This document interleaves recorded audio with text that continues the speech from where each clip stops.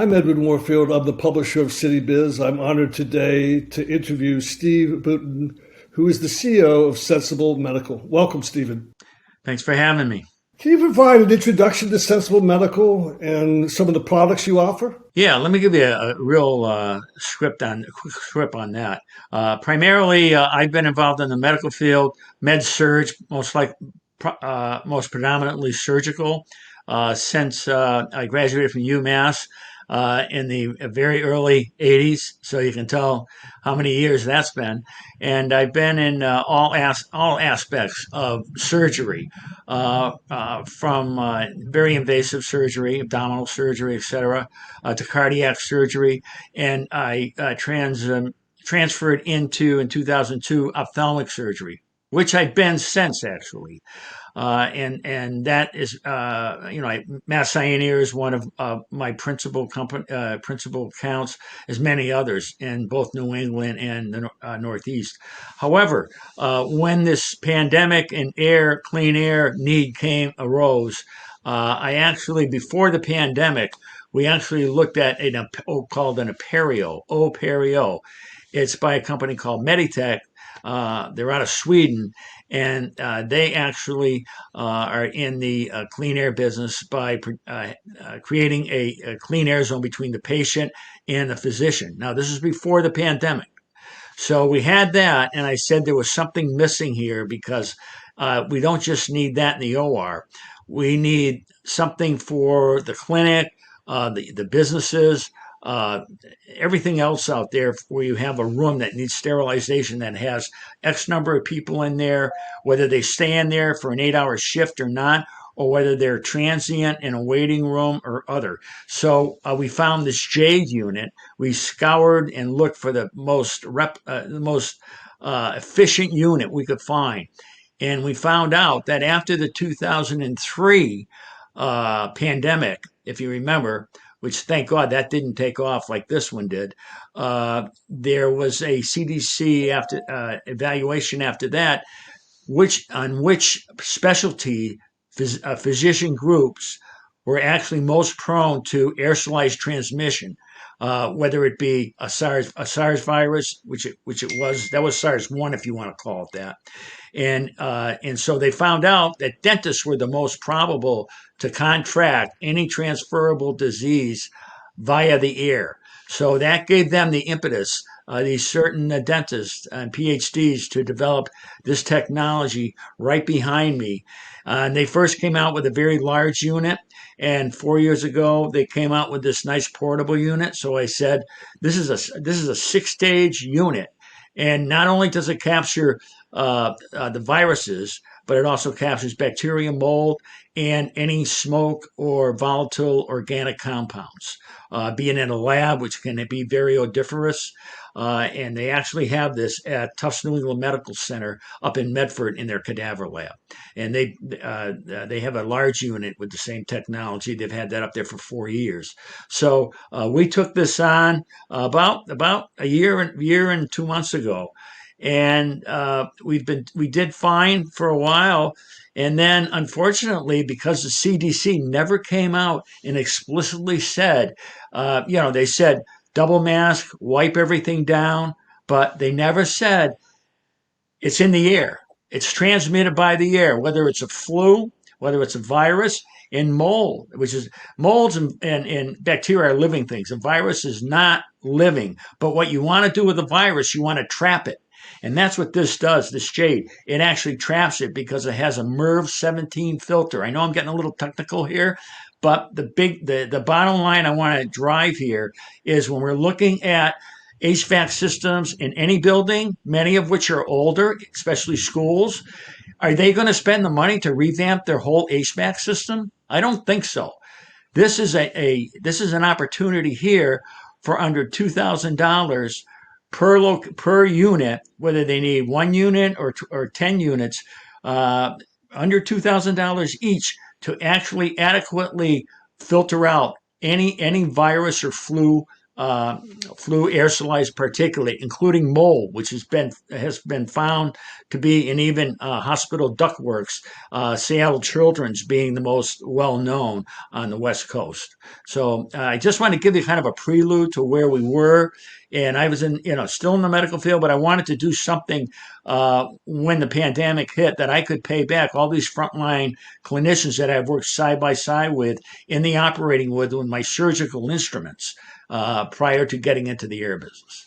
And so, can you give us sort of a snapshot of where the company is today in terms of footprint, employees, and other sort of key metrics? Yeah, tell us. Sure. As I preluded, it's my wife is the CFO. She handles all the money. I tend to be the motivator and a clinical in-service instructor for all my 15 distributors that are scattered around the country, from here to Alabama to Louisiana to Washington D.C. to Texas. So we've got a good blanket out there. What I found though, because the past administration would not let the CDC give them full exploratory rights to actually tell the truth on it being in the air. That's the problem. That kind of held us back from a business standpoint. And so now only recently we're starting to get some a footprint because businesses and hospitals are realizing they better take care of the air, not just for this virus, and that doesn't matter how many people are vaccinated. And there's so much we don't know. That's the thing. We don't know what we don't know. What this will do, this little guy here, it takes all that away. It takes all the unknowns away, and it'll take care of the air. It has a MERV 17 filter. You cannot put a MERV 17 filter like you can in this in an HVAC system because you don't have the power in the fan motor to drive that air through that type of a filter that will capture those small particulates. And I mean small. These can hang in the air up to 16 hours in any room that is even modestly ventilated. So this will capture it. So to do any type of a retrofit, they think you're going to actually capture SARS virus is both not cost effective and it's basically impossible. So this will actually do that for under $2,000 a unit in those strategic places where you have a number of people, say in an office environment, as people are getting back to work and they're there for a duration of hours, because it depends on how long they're there and how many other people come into that space within that time. So this protects against all that transmission. And tell us a little bit about your career. You had a stint at Johnson & Johnson as a district. So tell us about your career and then the decision to launch your business. Yeah, well, that came up. I was kind of forced into that back in 2013, where I went full bore with the ophthalmic business as Sensible Medical, 2013. And what I mean by that is Surgical Specialties, which is out of Pennsylvania, they actually moved all their manufacturing to Tijuana, Mexico, like a number of other companies did at that time. Unfortunately, they look back and that was not the best move in the world. So they let all of us that were regional managers, I covered Canada and the Northeast, including New York City down to Philadelphia. They let us all go. And so what I did, I rolled out of bed the next day, and what I did, I covered all those same product categories, but once removed through a distributor or through a licensee, and that's how we kept the money flow going. So that's how this evolved. And so it sounds like you were prepared for COVID-19. So what impact did COVID-19 have on your business? I thought it would have I thought we were at the right, how you think you're at the right place at the right time, which, we really did. And it wasn't just me. Otherwise, 15 other organizations wouldn't have accepted my encouragement. But like I say, if the aerosolized transmission, which actually the CDC publicized back in August through the Washington Post, they came out with a bulletin. In 2 days, it was withdrawn by the past administration in the White House. And their excuse was I love this, that it was a draft we let go. It wasn't the actual. Now wait a minute, folks. We all have a brain up here. I don't think the CDC will release a draft unless that's been vetted through everybody and their uncle. So that was maybe somebody on the outside might believe that, but me being myself and others being in the medical field, we know that wasn't the real excuse. But that's what they used with the general public to say it was a draft. But what it really did say at that time that's the aerosolized particulates that are zero point 0.06 to 0.14 microns, which are that's the size of the virus, of the SARS virus, no matter which variation. All right, that is what is in the air.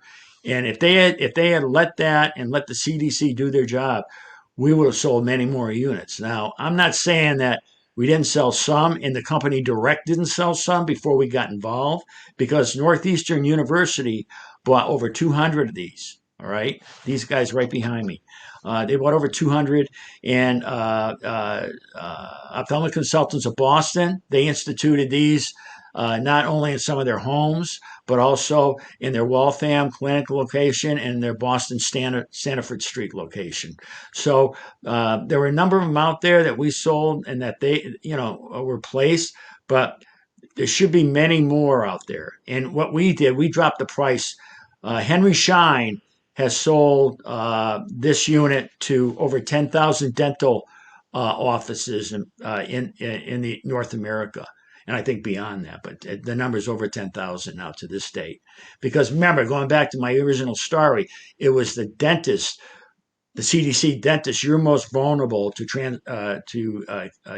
receiving any viruses or any bacteria via aerosolized transmission. So that's why the dentists were the ones that really hopped on this initially, way before, after the 2003 virus and before the last virus. But what about the next one coming? What about SARS 28 or 27 or 32? Now, if people look at this science and then go to our website, sensiblemedical, all one word, .net, and I give a little, John Nagy, the science, what was it? John Nagy, the science guy. I try to educate people to what this really captures, that no HVAC system can do so. And so that's what people have to understand. They really have to it's the science, and this has all the science to do multi-stage, and it actually revitalizes the air. So it releases the air, which is much cleaner and increases the vitality of let's say the employees or anyone, even me. So it has. I won't go into those technicalities, but if it's all on our website, the specifications are there. Anybody can call me at any time. Be more than happy to demo this unit for them and fill them in on the details and answer any questions. And so, are you focused on medical distribution or corporations? I mean, is there any where's your focus? Well, our focus initially was the medical field. But what we found is this is not only needed in the medical field, it's needed in the gymnastics field, in physical education. It's needed in the schools. What I realized is that I was watching Jim Brody on Greater Boston, which I watch religiously, and I'll never forget Dr. Alicio Fasano, who is a mucosal immunologist from Mass General, and he was on with Jim, and I've never seen Jim spellbound and taken back. But when Dr. Fasano said what their research found, this is going back to August now, again, when the CDC came out with that warning, he said he found that children, young children, elementary school children, they can harbor the SARS virus, the COVID-19 virus, in their nasal mucosal pharynx. And without exhibiting any symptoms, it can be totally asymptomatic. And that really blew my mind at that time. And Jim, like, can you say that again? He repeated it again, and I actually have that. It's on. I put it on our website. It's actually on our website for COVID response. so people can go there and see him actually say that. So this is a fact, and that's why now the word's out that it's great we're going to vaccinate the kids, because even though many of them won't exhibit signs of it, although there are some that have exhibited an immune response, a cardiovascular inflammatory response, and that is serious. That can be very serious, but that's like a 1%. But for the most part, the kids will harbor it and not show signs, but they can give it to their parents, they can give it to the teachers, they can give it to grandma and grandpa, which I am. And so that's the key. That I got involved in this to facilitate people to protect themselves on a very economic way without us, taking only a really fair minimal profit on this. Because I think it's multiple units out there that is the key to protecting more people. They don't do us any good, sitting in a warehouse. And so, what is the growth strategy for Sensible Medical? Are you adding new products, new territories? The growth strategy is right now to take this product right now and get the word out, like we're doing right now, that of all the products that people see on the internet, they are not this. What they're seeing is a home purifier that will actually capture any micron, 0.3 microns and greater. Do you know that it takes 70 to 100 microns for one strand of hair, which I don't have up here? I have a few down here, but 70 to 100. So when I say the size of one SARS virus is 0.04 to 0.16 microns, that's smaller than 1 micron. It takes 70 to 100, the width of one hair. So this can capture that at a rate of 99.2%. In a room that's 9 by 12 by 10 by 15 by 8 foot ceiling, like this room is. So, is there any other part of the Sensible Medical story that you'd like to share with us that we haven't shared? Are there any questions that you may have? I gave us a little bit of technical information, and I hope I didn't overburden you with that. But I think it's important everybody knows the science here, because for too long, people have not been given the reality, the truth, and the facts as far as the science in what certain modalities can do and what they can't do. Do you know that this will actually circulate the room in an operating room 15 times? It's got 4 speeds. And at the 4 speed, I'll show you what that 4 speed is. I don't know if you can hear it. Can you see that? And I'm changing the speed by not touching it. I'm touching it to tilt it. But I don't know if you can hear that, but now I'm going to speed it. Can you hear that? I'm going to speed it up. All right. That's 2. There's 3. And now at that speed, I can circulate the room actually 15 times an hour. One whole operating room, 15 times an hour.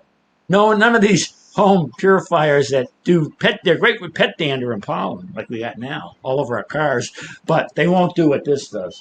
And then I can shut this down. I just making it quiet now. And so the decibel levels drop. So, well, Steve, I want to thank you for your time. We wish you the best of luck. It seems like your company is well positioned for the world that we're living in. Well, yeah, and most people, Edwin, they're saying, oh, this could be over. Yeah, I'm double vaccinated, which I am, maybe, and I hope you are. But you know what? I'm still very leery. To go into a restaurant. How do I know who's sitting in back to me here? If they've been, do I turn around and ask them if they're double vaccinated? I don't think that's appropriate. So I would wear a mask. I probably wouldn't even be in there. I'd be on the patio. All right. But however, anyone, a restaurant, any business, the candy store, she could put one of these in the candy store, and her customers would feel more secure. Her employees would know this is running all day or 24/7, whatever they want to do, and it'll capture any smoke or odors with the carbon filter, and you've got the HEPA filter, and then you've got also UV lighting in here to actually kill bacteria. So it's multifaceted. This does it for the best price. Well, thank you, Steve, and we wish you the best of luck going forward. Thanks a lot for having me, and I hope people are free to call me and go to sensiblemedical.net, and you'll see my dissertation of Bill Nye the Science Guy.